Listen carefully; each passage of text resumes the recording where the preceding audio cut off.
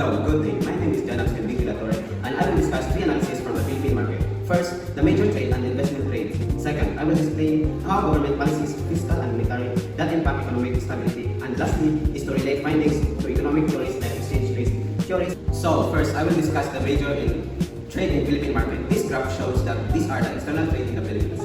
The merchandise trade and the service trade in services, that it was from year 2019 and 2020. The merchandise trade was high in imports. The graph shows the US million dollars and its highest peak was in 2020. And for the trade and services, the exports in US million dollars was high due to demandable service outside the country and highest peak was in 2020. And for the major export-import commodities and markets, this graph shows external trade in the Philippines.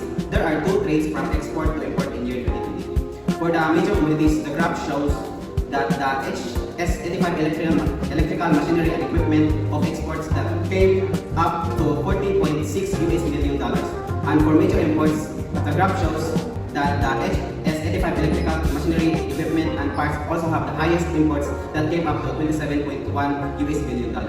And for major export markets in 2023, the graph shows that the US has the highest percentage of exports that has 15.7% of shares, down to the mainland China 14.6%, Japan 14.3%, Hong Kong 12%, and last Singapore 4.8%. And for major import markets, the mainland China was the highest in percent, that it has 23.1% of shares, down to Indonesia 9.2%, Japan 8.2%, US 6.8%, and the last was South Korea 6.6%. And that was the analysis for major trade.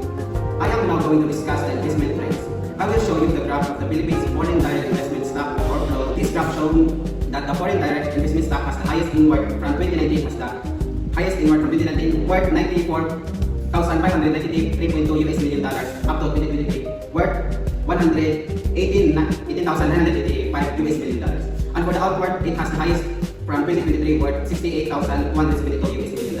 And for the foreign direct investment flow, the inward has the highest peak from 2021 worth $11,983.4 million. And the outward was in year 2020 worth $3,562 million. The Philippine Board of Investment or BOI, a subsidiary of DTI, is responsible for promoting investment as well as implementing and coordinating investment policies. A company looking to invest must secure license and registration certificate. This process usually begins by registering with the Securities and Exchange Commission. The first policy is fiscal policy, which involves government spending, taxation, and public debt management, directly impacts into economic stability. Effective fiscal management ensures sustainable growth by balancing public investment with revenue generations. For instance, the Philippines has seen significant improvements in fiscal health over the past decade, with reforms and reducing public sector deficits and enhancing resource allocation. However, challenges such as reduced issuance of government securities and potential interest rate repression remain. Necessitating further reforms to promote efficiency and financial stability. Strategic financial measures including investment in infrastructure, education, and climate resilience are the essential to sustain long-term growth, mitigate risk, global uncertainties, and national disasters. Monetary policy. Monetary policy managed by the Bangko Sentral ng Pilipinas o BSP focuses on regulating interest rates, controlling inflation, and ensuring financial stability. The BSP's effort to maintain price stability and manage liquidity in the domestic economy have been crucial in supporting economic growth. For example, easing inflation and policy rates in 2025 are expected to boost consumption and investment, contributing to a projected 6.1% GDP growth. The BSP also plays a role in public debt management, ensuring the government borrowing aligns with macroeconomic stability goals. And the last is the relation to economic theories. Keynesian economics advocates for fiscal spending as a tool to stimulate economic growth. The government shift to higher deficit spending, particularly in infrastructure, education, and social protection, aligns with the principle. This approach has contributed to economic growth, demonstrating the effectiveness of government intervention in boosting aggregate demand and addressing underinvestment. The Philippines trade policies such as import tariffs and export subsidies have historically influenced the real exchange rate.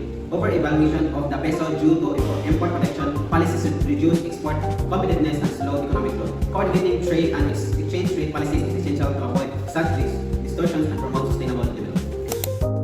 The Philippines has emerged as a robust economic performer in Southeast Asia, with an average annual growth rate of around 6% over the past decade, reaching 5.6% in 2023.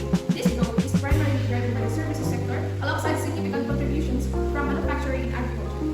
The country's trade dynamics are characterized by strong relationships with major partners like the United States, China, Japan, and Hong Kong for exports, and China, Japan, and South Korea for imports. Foreign direct investment has seen steady growth due to reforms, particularly in sectors such as manufacturing, ICT, and real estate. Fiscal policies have improved inflation control and financial stability. Despite these achievements, challenges such as inflation pressures and external economic uncertainties remain. To sustain growth, it is crucial to enhance trade competitiveness, promote sustainable investments, and strengthen fiscal management. These are the three policy recommendations. First, enhance trade competitiveness and strengthen export-oriented industries by improving infrastructure and reducing trade barriers. Second, promote sustainable investments focused on green energy and technology sectors to attract long-term FDI while ensuring environmental resilience. Lastly, strengthen fiscal management, increase efficiency in public spending, and expand social protection programs to address poverty and inequality.